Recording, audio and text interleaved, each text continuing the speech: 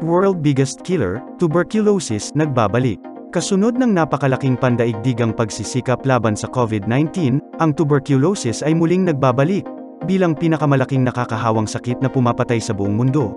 Sinabi ng isang nangungunang eksperto sa Agence France Presse, na ikinalulungkot ang kawalan ng pagtuon sa pag-ugat ng tuberculosis.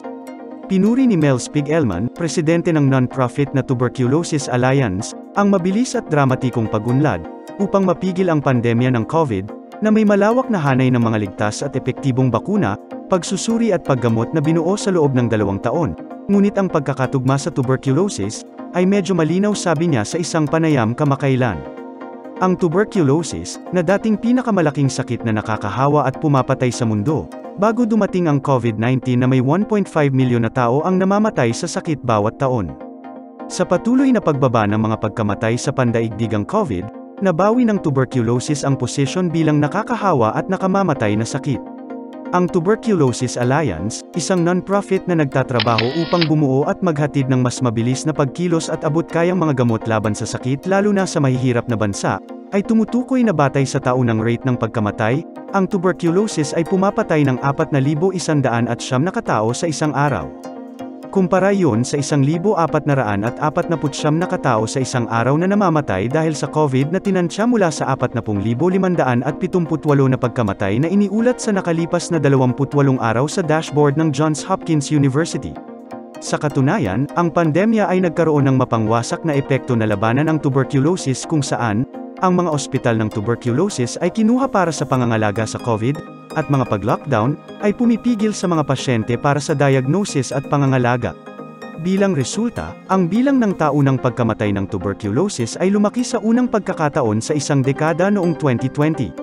Habang bilyon-bilyong dolyar ang itinapon laban sa COVID, ang pandaigdigang paghihirap sa ekonomiya at ang lumalalang geopolitical na tensyon, ay nag-udyok sa mga nangungunang donor para labanan ang tuberculosis, na higpitan ang kanilang mga pitaka. Karamihan sa mga donor ng Tuberculosis Alliance, ay hindi na makakapagbigay pondo ng higit sa 1 taon, at binawasan ang mga halagang ibinigay, kasama ang Britain na top donor nito, ay hindi nagbigay ng pondo sa taong ito. Lubos akong nag-aalala, na ang pag-unlad na nagawa, na nasira ng COVID, ay maaaring mas masira o lumala, sabi ni Spiegelman. Humigit kumulang 5% ng 9.5 milyong tao na nagkakasakit ng tuberculosis bawat taon, ay lumalaban sa mga karaniwang inireresetang antibiotic. Kamakailan lamang, ang sitwasyon na may tuberculosis ay kakilakilabot, sabi ni Spiegelman. Ang mga pasyente ay pinilit na uminom ng 5 hanggang 8 tabletas sa isang araw, at kadalasan, ay isang pang-araw-araw na ineksyon, hanggang sa 2 taon, na may kakilakilabot na epekto, at cure rate na 20 hanggang 30% lamang. Ngunit ang isang bagong rehimen ng gamot na Bipal, na unang inaprubahan ng US Food and Drug Administration noong 2019, ay binubuo lamang ng 3 tableta sa isang araw sa loob ng 6 na buwan, at may mas kaunting side effects at may cure rate na 70%, sabi ni Spiegelman. Sa tingin ko, ito ay talagang magiging isang kamangha-manghang game changer. Inamin niya, na mas malapit tayo sa simula ng paglalakbay na ito kaysa sa pagtatapos nito na itinuturo, na ang mga mapagkukunan ay kinakailangan, upang ilunsad ang bagong rehimen sa mga pasyente na nangangailangan nito. At sa tuberculosis, laging kulang ang mga mapagkukunan. Sinisi ni Spiegelman ang kawalan ng urgency sa pag-ugat sa tuberculosis, dahil ito ay isang sakit ng mahihirap. Kung ang mga mayayaman sa buong mundo ay nakakakuha nito, sa palagay ko, ay makikita natin ang isang napakaibang tugon, sabi niya.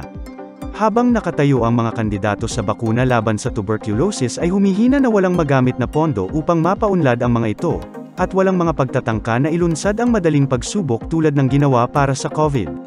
Sinabi ni Spiegelman na sa uri ng mga mapagkukunan na ibinuhos sa COVID, ang tuberculosis ay maaaring malutas. Okta, aminadong nahihirapan sa pagmonitor sa mga bagong COVID-19 variants. Aminado ang Okta Research Group, na ang pagdaragdag ng mga bagong variant at subvariant ay naging mas mahirap para sa kanilang COVID-19 monitoring. Sa ginanap na balitaan sa Maynila Forum, sinabi ni Okta Fellow Guido David, mas challenging ngayon ang pagmonitor sa mga variant at subvariants, dahil sabay-sabay ang pagdating nito, hindi katulad dati na paisa-isa lang. Ayon kay David, mahirap na umanong tandaan at nakakalito na dahil sa dami. Ginawa ni David ang pahayag ilang araw, matapos matukoy ng Pilipinas ang Omicron subvariant na XBB at XBC. Sa pagpasok ng mga subvariant sa bansa, naniniwala si David, na maaaring magresulta ito sa iba't ibang surge, o pagkalat ng COVID-19 sa komunidad. Ngunit idiniin naman nito, na hindi dapat mabuhay sa takot ang bansa, dahil sa mga bagong variants ng sakit. Narito ang inyong mga comments sa ating mga video.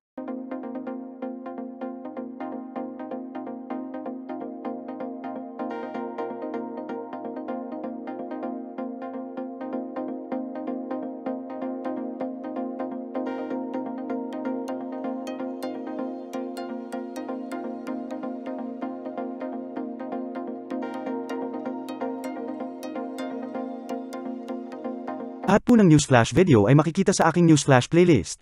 Sa mga gusto naman po ng mga biblical topics, punta po kayo sa aking channel na Mahafree TV.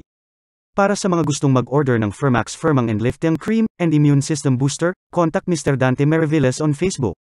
Cellphone number 0908-6553757.